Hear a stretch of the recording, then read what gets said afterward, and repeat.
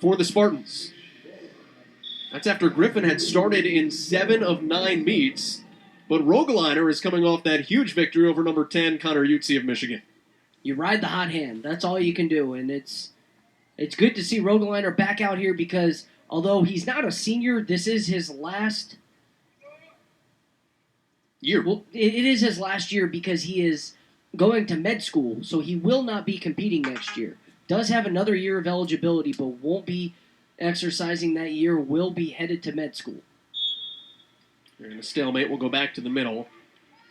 Rogaliner's mother is a kindergarten teacher, and being around children all that time, he wants to go into pediatrics. We're going to jump start on that after 4 years in East Lansing. And we spoke with Coach Bulliard before this duel. How do you prepare for two different styles? You see Logan Griffin, who likes to go big. It's bonus points for Logan Griffin. That's what he wants to do. And then there's Mitch Rogaliner on the other side. He likes to be in the front headlock. So this is where he's comfortable, which is really weird. You don't see a lot of wrestlers giving their head up, but that's where he wants to be, is give that head up, holds that elbow, and then shoots across to what's called a dump. And that's where he's successful, is in this dump situation. So staying out of the underhooks is going to be key here for Noah Gonser. Well, Rogaliner, that's the reason he went against Utsi, because Utsi's going to put you in that front headlock.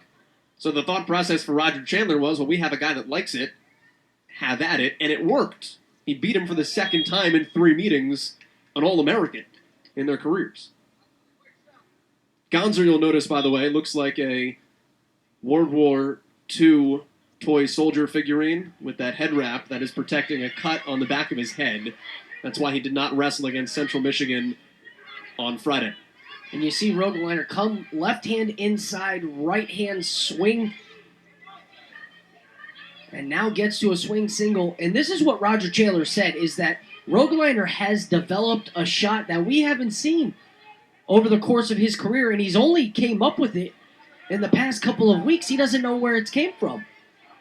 But that was it right there, that swing single. Looking to put points on the board was Rogaliner. Now Gonzer close to getting. And there's 2.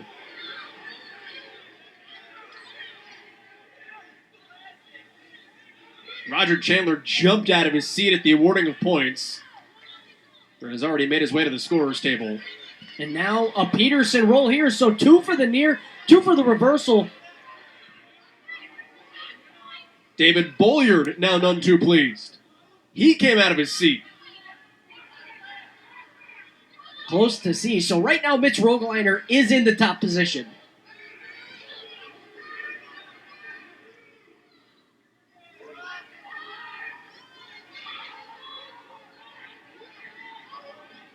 Final couple seconds here in the first period. And we are tied at 2. Eric, give us the breakdown.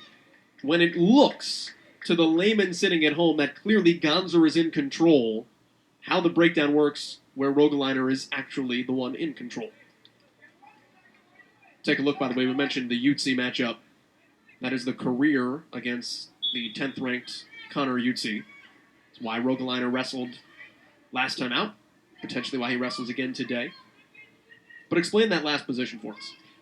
It gets funky. With all these rolls with these little guys, it all depends on who stays locked in the crotch. And you see here, Gonzer is in position because he still has his hands locked in the crotch. And as long as it's not around the waist, he is still in position in that top position. So with these little guys, it gets so tricky because you're constantly rolling. Got to make sure somebody has something locked up. And that's Gonzer in the top position.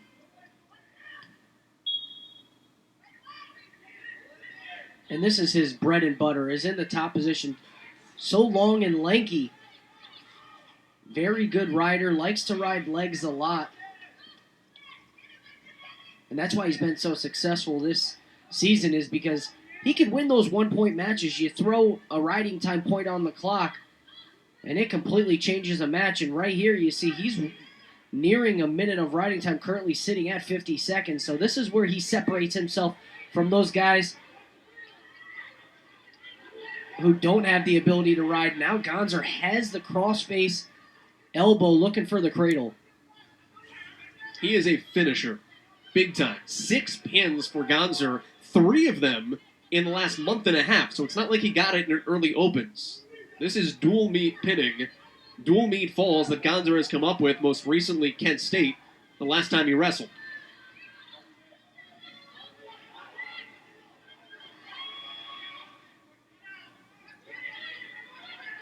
Behooves Rogaliner to keep his hands on that leg. Keep Gonser from turning that corner. Gonser close to getting his hands locked, loses the crossface, and it's going to be another reversal for Rogaliner if he can get to this Peterson roll. Bad position for Gonser as he's high with 4 seconds left. And with 1 second in the period, Gonser escapes. Sans reversal. Rides him out for those 2 minutes. And Gonser will go down.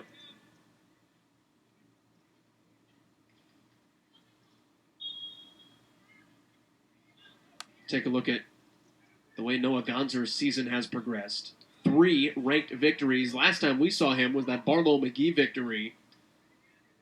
Here's a guy who's a freshman who's ranked from Eastern Michigan. And with the escape, he's in front 3-2. When you're ranked from Eastern Michigan as a freshman, and David Bolliard told us this a couple of weeks ago, you've earned it. No one's doing you any favors when you're coming out of Ypsilanti on the national scene.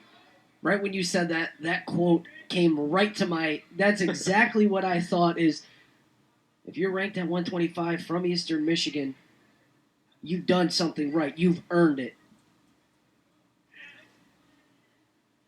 I would say bordering on a lock. You never want to count your chickens before they hatch, but looking at an NCAA competitor in Gonser, he would be the second freshman in as many years for Eastern to go to the tournament.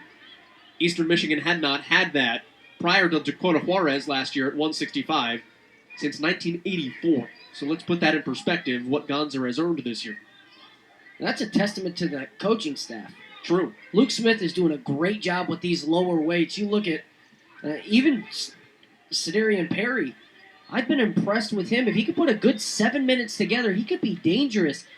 Conditioning has been an issue for him, and then right up to Springer and Barber, they're in a good position for later on in the future. Stalemate will go back to the middle. Looks like we're not going to see Perry at 133 today either as well. Armando Torres is warming up behind Eastern's bench, so another guy in that mix, though, at the lower weight classes.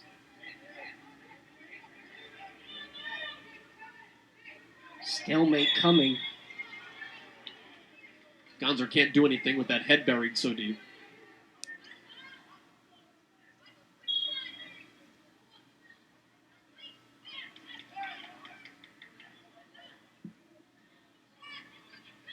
And no shots out of Rogaliner. Well, now he's got the leg, but only 4 seconds to work with.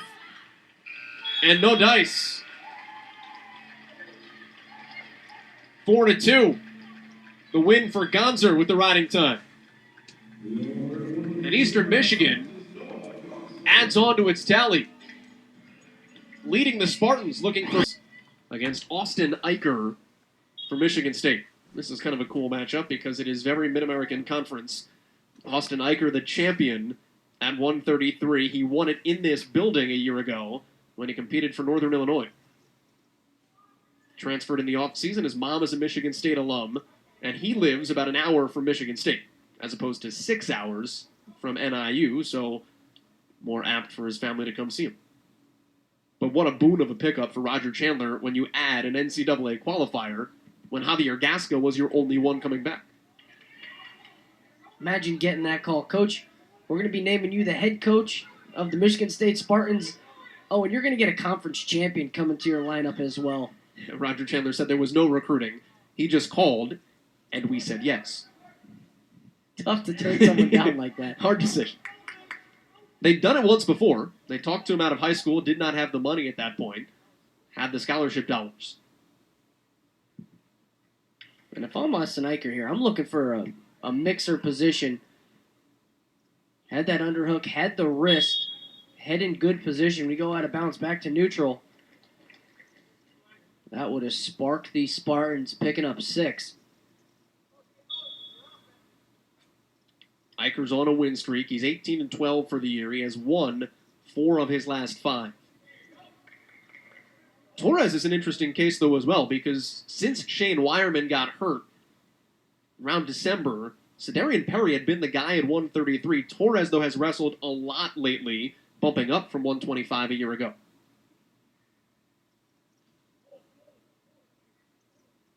And he has to get out of this Russian tie here. You see that 2-on-1.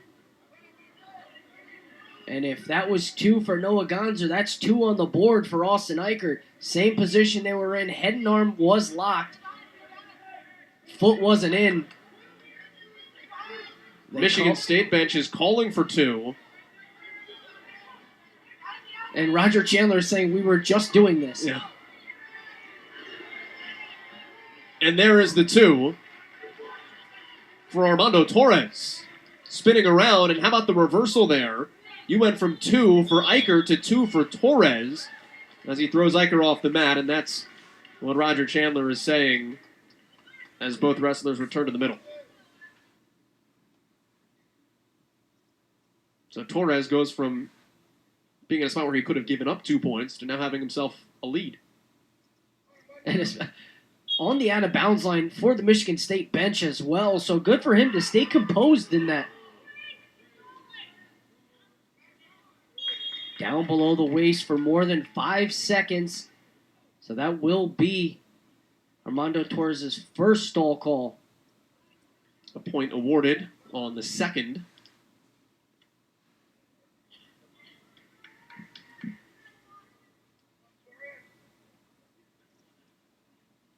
Eicher, a sophomore. He faced Eastern Michigan twice last season. He beat Shane Wireman in the MAC tournament when Wireman actually got injured initially. And he lost to Kyle Springer in the Alma Open. And this is where we saw Jacob Davis. And this is close to a fall. If you're Armando Torres, you have to be careful here. Once that shoulder hits, he's calling the fall. Eicher trying to throw him back down, and Torres doing a good job to roll back up. And he's going to pick up the near fall or a fall, either or. Nothing. Wow. We run out the period. Are you surprised? Great for Armando Torres to ride that period out. The one thing Roger Chandler was stressing was just get one. Focus on getting one here. Take a look at the accolades for one Austin Eicher last year. Sudden victory over Ohio's Cam Kelly in the Mid-American Conference tournament last year. Looking for a switch. Great job. If I'm making a highlight video for how to get out on bottom, that's Eicher looking for a switch to the right side and then comes and brings his hips back from left to right. Creates that separation, gets the one. Now this is dangerous position right here for Armando Torres. And again, Eicher's going to try to turn him, put him on his back.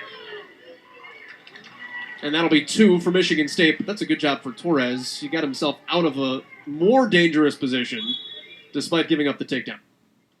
Great job to stop the match for potentially dangerous too. That leg was not in a good spot. Tucked underneath, the heel was on his back.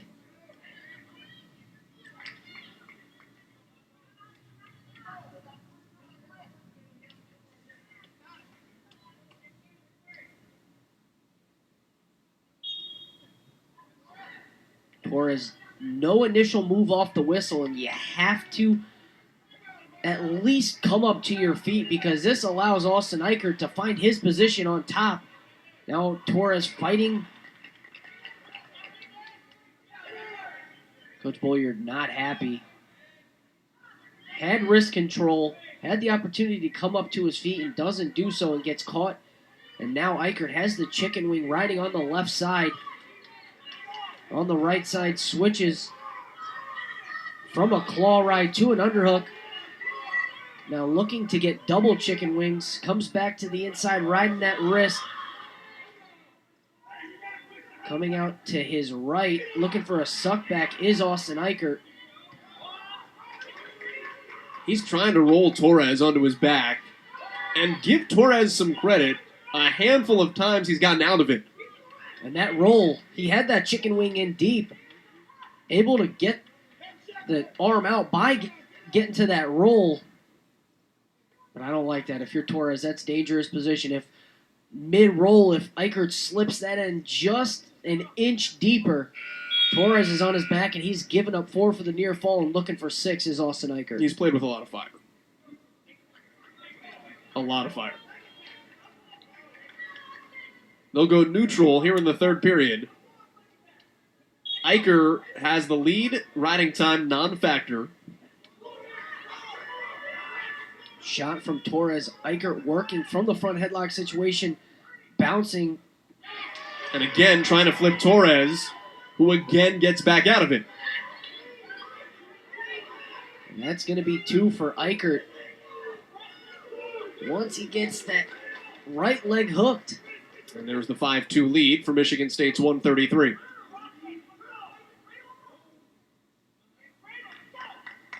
The riding time not a factor. Currently sitting at 30 seconds.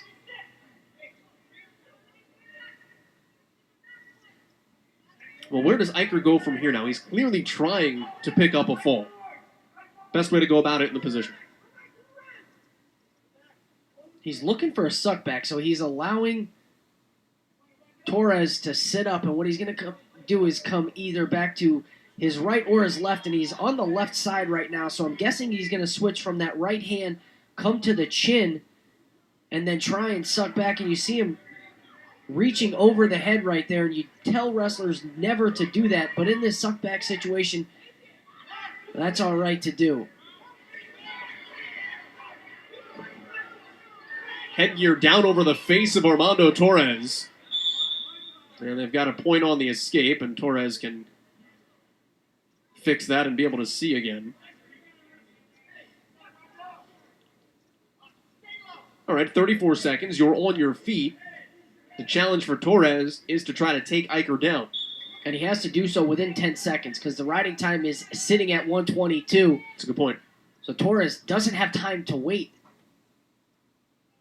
Clock is at 21 seconds now. now. So we're now inside. That riding time point sealed up. I have to go feet to back now.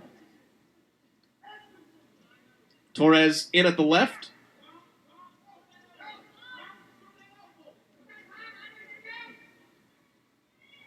It looks like Eicher will seal this one up at 133. And that will do it. Michigan State picks up 3 points and is back within 1 point overall. It's a 10-9 Eastern Michigan lead with the Eicher victory at 133. So the former Mid-American Conference, well, the reigning Mid-American Conference champion, back to the scene of the crime, and another victory for him. But this, as you get a look at that takedown, is what you expect to see when you come to the NCAAs.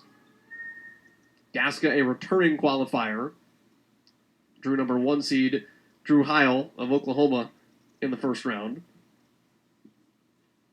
Tough sledding last year. Kyle Springer is a guy that hopes to make his path to the NCAAs for the first time this season.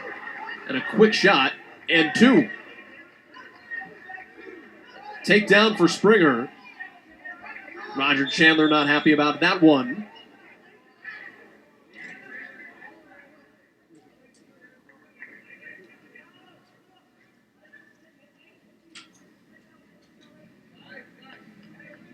I'm going to take a look at it, too, on video. And this is one of those, we've had this conversation before, Eric. You're asking an official, and granted, if it's greatly undisputable, fine. But you're asking an official to look at video and decide whether or not he was right or wrong. I don't get it. And usually, and you see here, you're going to see Javier Gasca go down. They say no reaction time. The leg doesn't come in. If that right leg comes in, I give it, and I think it's a takedown. But there's always going to be that.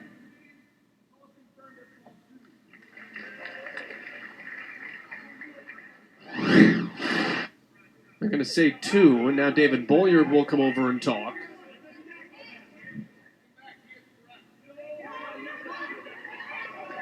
So now what they're arguing is when he challenged the call, the 1 wasn't given, so Is there an escape issued or not? I don't think that there's going to be... He did give the 1 because it's on the board, so I do recall him giving the 1, but I don't think that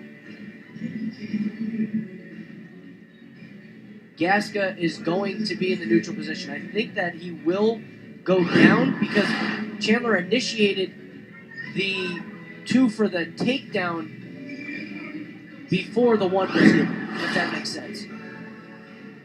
Let's take a look at it again here.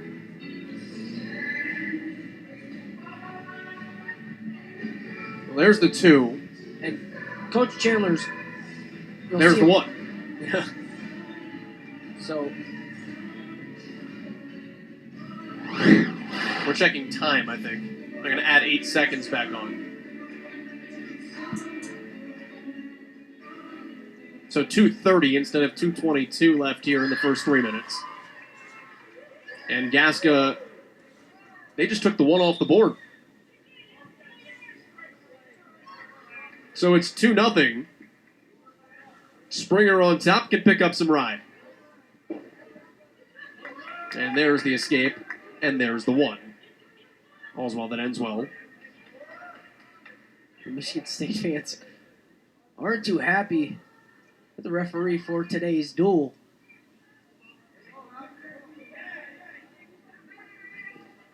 Both guys shoot at the same time, and that's not what you want to see. And this is where referee Kevin Linich out of Cleveland, Ohio, I think he's one of the best in the business at noticing if there is a potential concussion, and he'll call concussion protocol. It doesn't matter to him.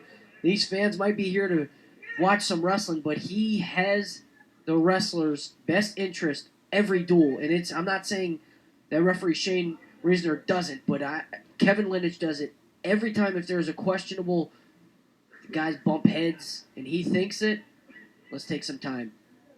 Looked like they missed each other head-wise that first time through. Gasca is in on the leg. The biggest thing Roger Chandler talked about was combo attacks. You've got to come at Springer and keep him moving. So couple that initial shot with something else to get Springer a little off balance. Close to the out-of-bounds line, and Javier Gasca has to swim that left hand out. There's 2. And Gasca now in front 3-2. And the key for Javier Gasca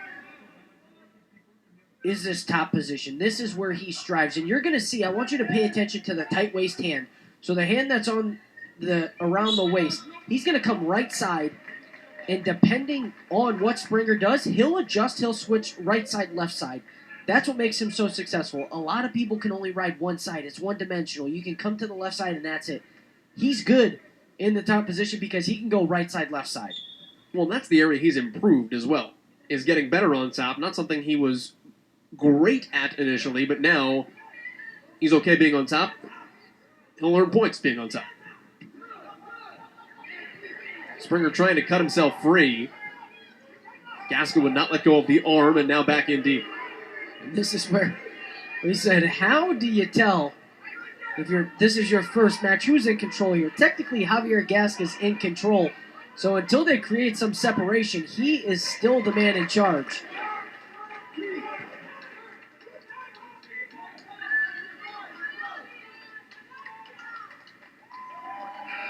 And that'll run down the first period for Javier Gasca. He's so good on top. You look back at Anthony Ashnault for Rutgers, 6th ranked wrestler in the country at 141, and Gasca lost their bout 7-2. But for essentially the last 2 periods, rode him out. So you talk about his ability in that position, more than happy there. Now can he get out from under Springer here? Doing a good job keeping those elbows tucked. Comes up to his feet. What was good to see there is before he initiated the move up to his feet, he made sure that he got wrist control. Get 2-on-1 before you come up to your feet, and that allows you to put that in your back pocket and then cut away, and that's where he was successful right there in getting the 1 point for the escape. Good defense there by Springer. Gasca trying to change levels on him. And now in on the leg. Has to shelf it to that right hip. Has it on the left hip right now. And there's Gasca on top for 2.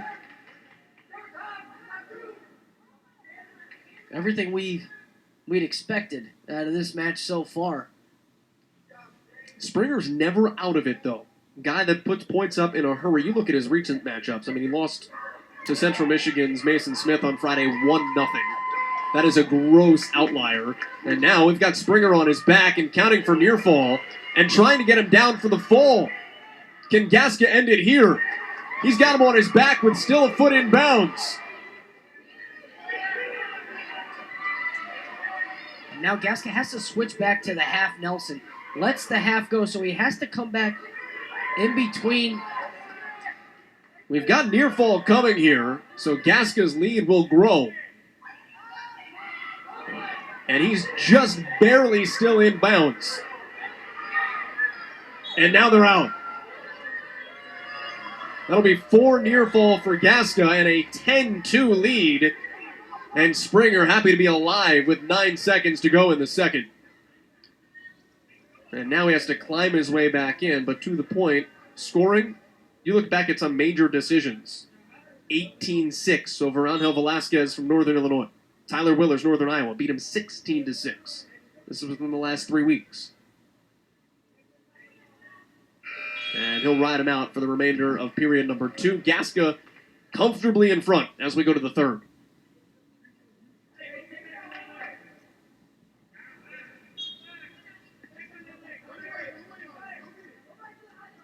Roger Chandler's wife, Mandy Chandler, in the stands, not happy about the pin not being called. And that right there. Right back on top. Sorry, go ahead. Springer shooting with his elbows out. Shooting with your elbows out. That allowed Gasca to be able to get to his underhooks and just shuck by. Closing the distance is going to be key for Springer in March. If he's going to want to be successful, we've seen him a couple times now shoot with his elbows out, closing the distance with those elbows, keeping them tucked close to your hips.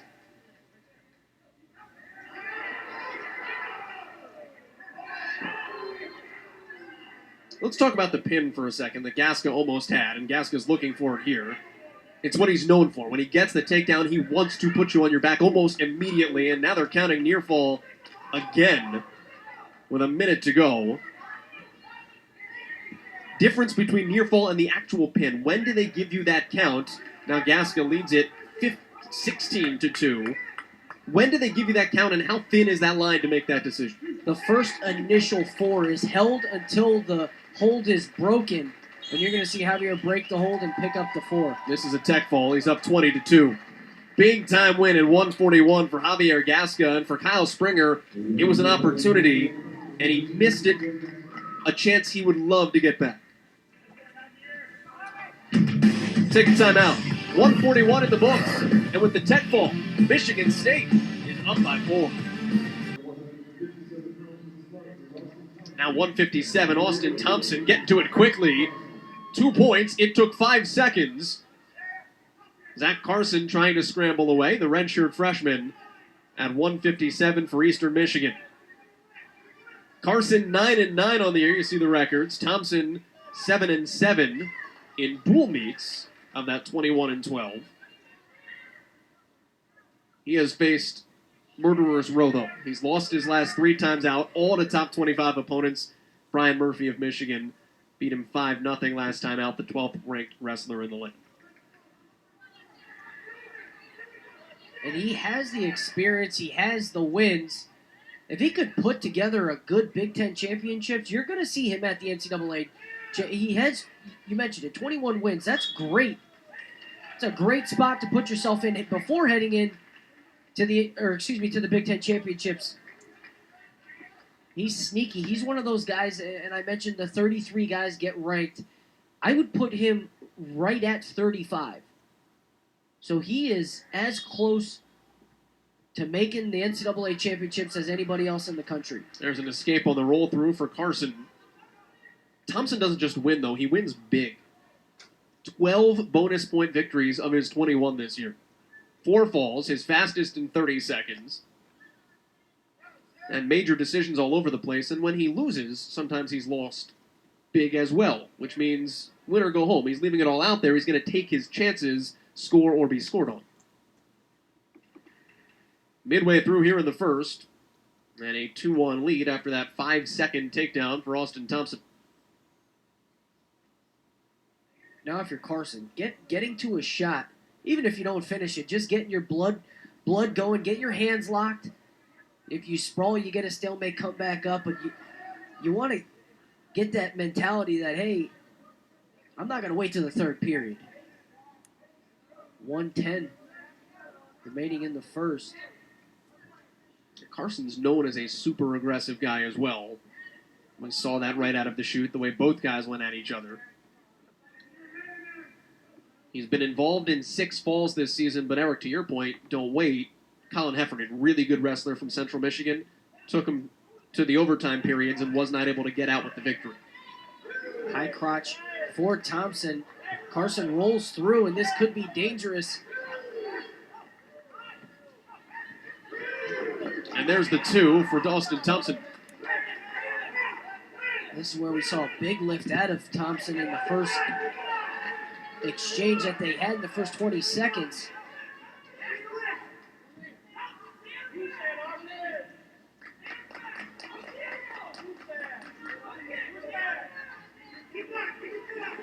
That right leg, the only thing keeping them in bounds. Thompson rolling back over, and with the reversal, Zach Carson puts 2 on the board. Stealing points at the end of the period is Zach Carson. Well, and at the end of the mat, that was very easy to say, all right, we can slide ourselves off here and go back to the middle, but Carson rolls over and gets 2. Lackadaisical on the out-of-bounds line was Austin Thompson. Zach Carson takes advantage of it, picks up the 2 for the reversal, starts himself down here in the second period.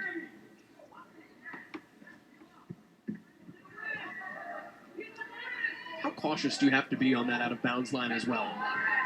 Carson trying to flip himself through. Beautiful exchange there. I'd give it 1 and then 2. They give him just the 2 on the reversal. And now a 5-4 lead for Carson. Understandable for the 2, but that's just great wrestling right there. And starting to look like Austin Thompson, the air's coming out of the balloon. I was going to say just on the out-of-bounds line, but you see it again to start the second period was kind of mat awareness. He's trying so hard, I got to keep my foot in bounds, that sometimes something else slips from your mind and it allows Carson to sneak in there for the reversal, but it happens again right away to start the second period. And fatigue diminishes your opponent's skills, not only physical skills, but mental skills as well. And they give the escape to tie ourselves up at 5 here. Austin Thompson allows Carson to fix the chin pad right at a minute. And we saw that in the heavyweight match with Jacob Cooper. Coach Roger Chandler went neutral to start that third period. Ended up working out for him as Cooper picked up the overtime victory. A big upset over Gage Hutchison. And boy, if that's the way Michigan State wins today. Head tap, high crotch. Carson picking up another 2. That's the first takedown for Carson, and he has 7 points. More importantly, he starts to work on the riding time. He's chewed it down to 45 seconds. And he could get hit with stalling here to end this period. Where do you put him now? You see him not able to move off the bottom, but he's giving up takedowns on his feet. I'm curious to see what they're going to do with him. Well, the interesting thing as well, we've seen Carson have an ability to score. Do you go out there and try to score as much as possible here in the third period? You're down 1 team point. How much pressure do you want to put on Devan Mary to go out there against Drew Hughes with the overall match on the line? Or does Carson try to go out there and, in a minute 48, try to pick up as many points as possible? That's a great question, because you see that Austin Thompson has nothing left in the tank. Do you take advantage of it? Or do you cut him here, risk giving up the point for the escape? And there you see referee Shane Reisner hits Austin Thompson with the first stall call.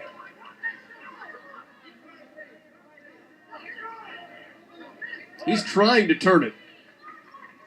Carson only has 2 pins this year, both in opens. But he's doing a great job riding on top. You see that he's constantly working for a pinning hold, so he's going to get hit for stalling again on the bottom guy. Head on the mat, hips on the mat, not working up. You want to see knees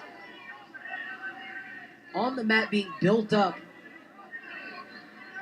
So create that hip separation as you see Thompson able to jut himself free.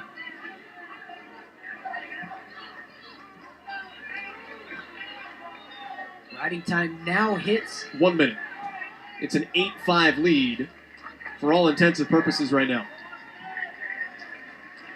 And Carson may very well ride out Austin Thompson, the 21-win freshman. A big win for Zach Carson if he can salt it away here.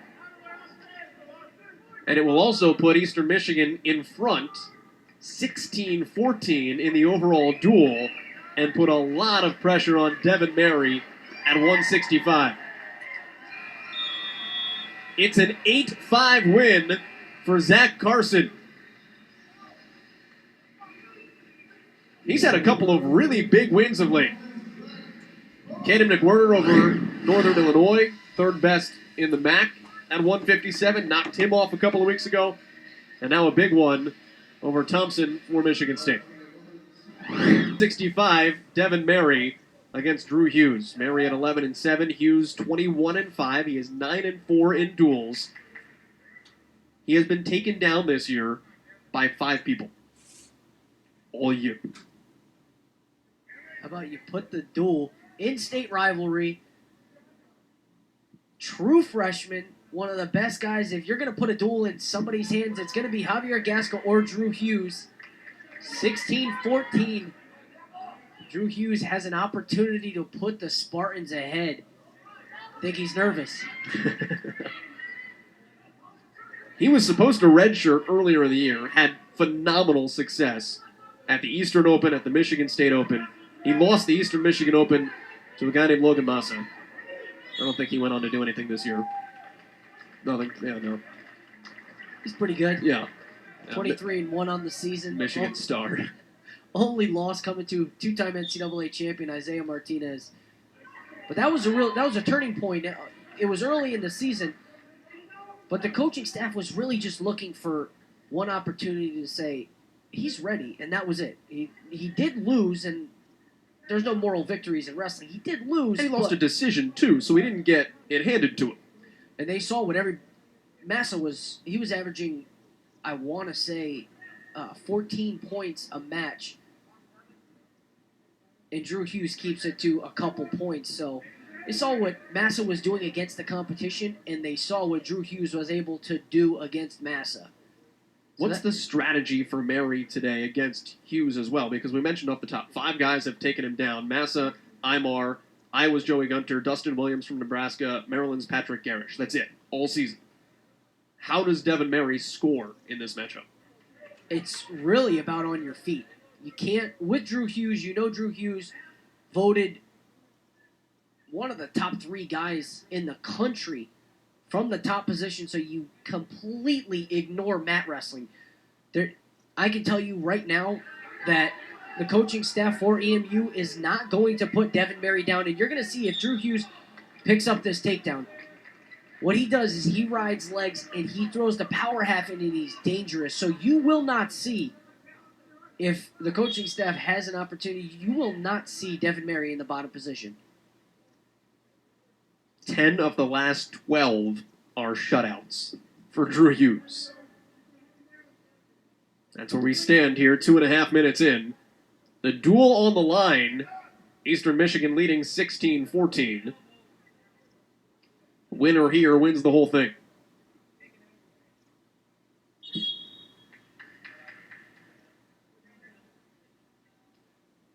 Let's give Devan Mary his credit, too, by the way. No slouch. He's won 4 of his last 5. And I mentioned, was Drew Hughes nervous? To beat an in-state rival, not only, you look at it from Devan Mary's point of view, you have an opportunity to knock off a top 25 guy, not only to knock off a top 25 guy, against an in-state rival, and then you have the opportunity to win the duel. This is the moment that champions live for right here. Hughes chooses to stand up here. We'll go neutral position. Eastern Michigan has won 17 of 21 meetings in this matchup. Or rather, Michigan State has won 17 of 21. But Eastern Michigan lost a shutout last year. So the Eagles could win back-to-back duels with the Spartans if Mary can pull off the upset of Hughes. This is dangerous for the knee of Drew Hughes. Yeah, that's not a good torquing spot. And Hughes looks to be okay, but that right leg. Knees are not supposed to bend horizontally.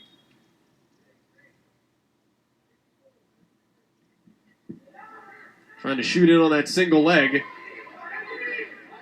And again, Mary, this is deep for Drew Hughes to be on this shot, but Mary's finding the ankles and coming through. So if you're Drew Hughes, you have to adapt. You have to tuck those ankles. You have to hide them and not allow Mary to get to that far ankle, because that's where he wants to be in those scramble situations.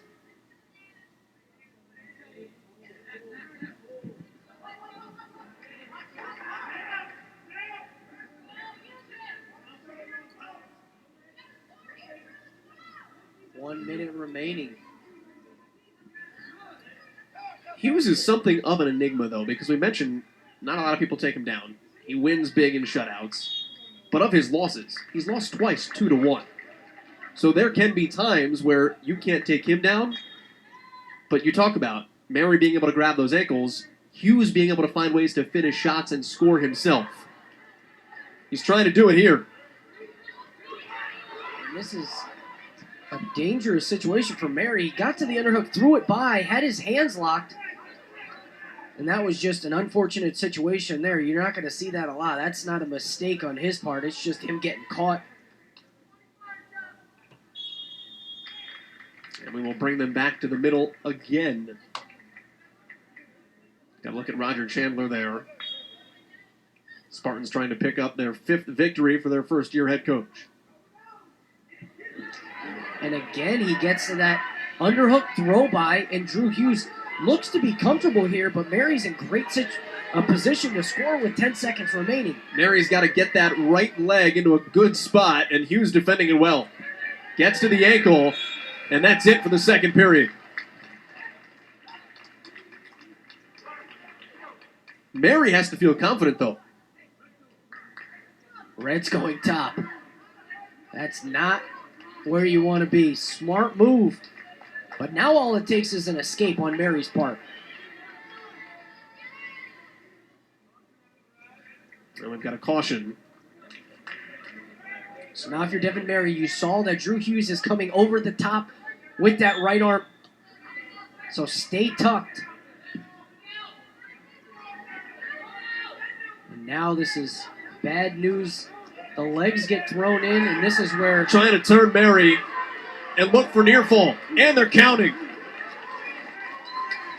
Big points for Drew Hughes. And now Mary has to hurry because the tide has turned. Instead of just needing an escape, he has 90 seconds to get out and then score. And that is 4 near fall and a 4-0 lead. And Michigan State has now taken control of the duel as well. Mary's looking for the... Can Mary turn him? Hughes on his back. And he escapes. Nothing. Very close to a defensive fall. And he's turning the hips of Mary again. Mary was going to try to spin. It looked like Hughes put him back on his back, same position. Very close. Very close. Well, that would have been a way to win.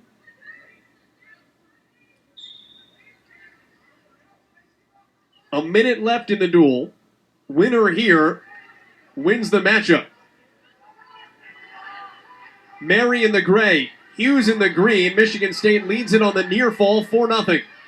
And again, Mary is trying to put Hughes on his back.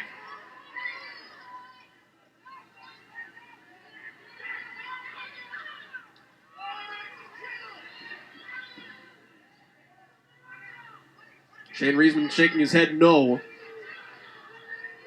Both sides wanting something. And it's scary to see as a coach, your guy that high in the top position, but Drew Hughes is comfortable here. Not a lot of, you can't say that for a lot of wrestlers. You want that chest to the back, not the chest to the head. And with 8 seconds left, Drew Hughes is going to ride this out. He took top and got 4 near fall for the win at 165 and the win in the duel. Michigan State puts 17 on the board and wins in Ypsilanti by a point. Great wrestling. We'll take a timeout. Michigan State victorious. A great one between the Spartans and Eagles.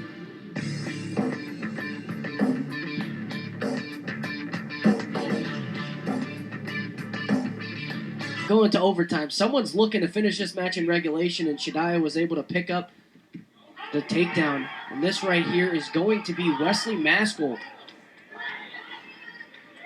Maskill will go at 197 today in place of Matt Okaye, who got nicked up a little bit at the end of the Michigan matchup.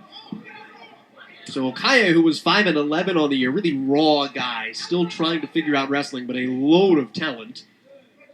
Gets the day out. Derek Hillman is in the gray for Eastern Michigan. He's 8-13 this year. And he's bumped up. Formerly they're 184. And we're both out of bounds.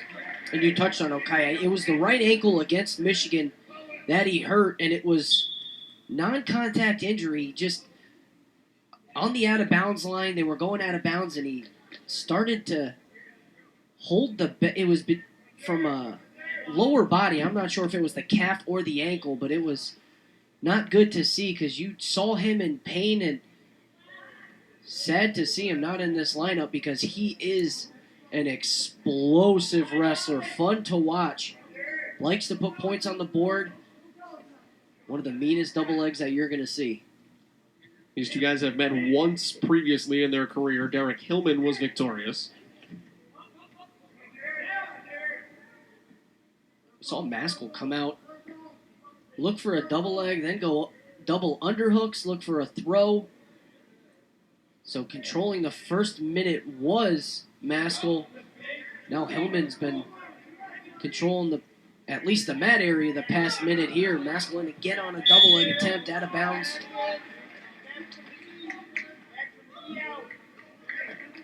This is the spot formerly occupied for Eastern Michigan by Anthony Abro, NCAA competitor regularly in his career as he was last season. So Hillman bumping up to take that spot, and fairly big shoes to fill. He's been in a lot of matchups, but still young. He's a sophomore, growing into that role, and still growing into a bigger body at this point. I'm impressed with, through the first 2 minutes for both of these guys. And deep on a high crotch, gets his head to the outside, looking to cut to the corner. He has to look across the back here. Switches off to a double leg, and Hillman has to be cautious of that ankle. And he's got the 2-point takedown. Looked like Maskill was trying to, or rather Hillman was trying to bury the head in there a little bit and flip and turn Maskill. Tried to put him on his back, but couldn't do it. Then spun around for the takedown. Big takedown, now looking and for now turns him. trying to get the shoulders down. There was a 1 count there, so no points for Hillman. They're going to give it to him. They're going to give him 4. Wow. So a 6-0 count for Derek Hillman. We just got an audible call from a Michigan State fan behind us. How fast do you count? But it's a 6-0 Derek Hillman lead. Smart wrestling. On the out-of-bounds line, knew exactly where he was, how much real estate he had to work with, rolled through, and the key there was keeping that hand tucked across the hip of Maskill, picked up the big 4 bonus points. Start to look for bonus points now if you're Hillman. Hillman has only had 2 bonus point victories this year. He had a fall back at the Cliff Keen invite. He had a major decision back at the Midlands. That was over Jake Maskill from Indiana. Other than that, that's what we just said, he's been in a lot this year. It's been a lot of 2, 3, 4-point decisions for him, where a takedown here or there has been the deciding factor. He lost by 1 Friday night to Central Michigan's Austin Severn.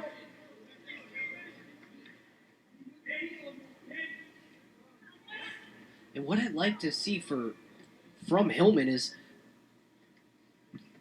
he's not hanging in on his ties. He's getting to his ties and he's moving Maskill, which is why he's been successful. If you see him, he's not just hanging out in a tie. Most guys, beautiful. He's doing a great job of getting to the legs. Maskill was on his heels on that shot. And now an 8-0 lead for Derek Hillman. Coach is going to show this on Monday. When you're at practice on Monday, you don't have time to work out. So what they're going to do is they're all going to get together and they're going to watch a match where someone was successful in dictating the pace of the match, and this is it right here. This is a great showing out of Hillman. Let's talk defense here from Maskill as well. Well, he's trying to get a reverse here, although Hillman's doing a great job, and he's bopped back on top. If you're Maskill and Hillman has you tied up, how do you do a better job of keeping him from dropping down, changing level, and getting so quickly to your legs? I'd get to an underhook. Slow the pace down of the match with an underhook. Get to a collar tie underhook and figure out a way to at least get to a leg because he came out on fire. He was able to get to a leg in the first 10 seconds. Other than that, it's been Hillman adjusting to the match. It's in-match adjustments that win college duels. And Hillman showing you that he has the capability to adjust during a match. Maskill has stood up. That's the first half. And another good job returning him to the mat by Derek Hillman. Again on the out-of-bounds line. Circles his body back in so he keeps the clock running. Inbounds as long as somebody's something is inside the circle. It can be a toe. And in this case, a finger. And now Maskill has slid his arm out. 8-0 through essentially 2 rounds here. A couple more seconds remaining.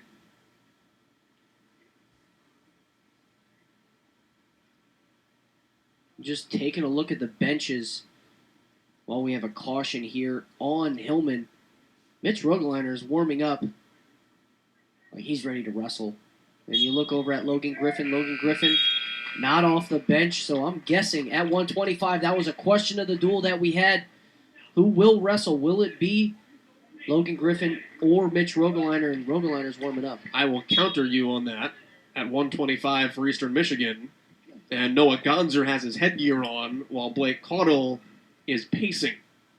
So if I had to take a guess, I would go with Gonser, but both guys are on their feet for the Eagles. We'll get to heavyweight first, but then get into really the highlight matchups today, which are the lower weight classes, where Michigan State has gotten substantially better this year, and then where Eastern Michigan has some really good dogfight. Again, high crotch, gets to the double leg, doesn't wait. And another 2 for Hillman. Had him on his back for a second, but Maskill spins around. It's a 10-0 lead. It's just been textbook. It's not flashy, it's not fly, it's not something that is going to wow non-wrestling watchers. But when you understand the technique that is being put into this match. It's great.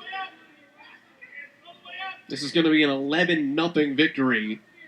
Hillman has ridden Maskill for 2 minutes and 30 seconds. And he is still working in that top position, looking for that cross wrist ride where he was successful picking up 4 for the near fall. Well, and here's the thing. If he can put him on his back here, he gets himself out of major decision territory and into a tech fall. Which is the difference between 4 and 5 points for your team. And he's trying to get him over that left leg. 17 seconds here as Hillman's still trying to turn Maskill.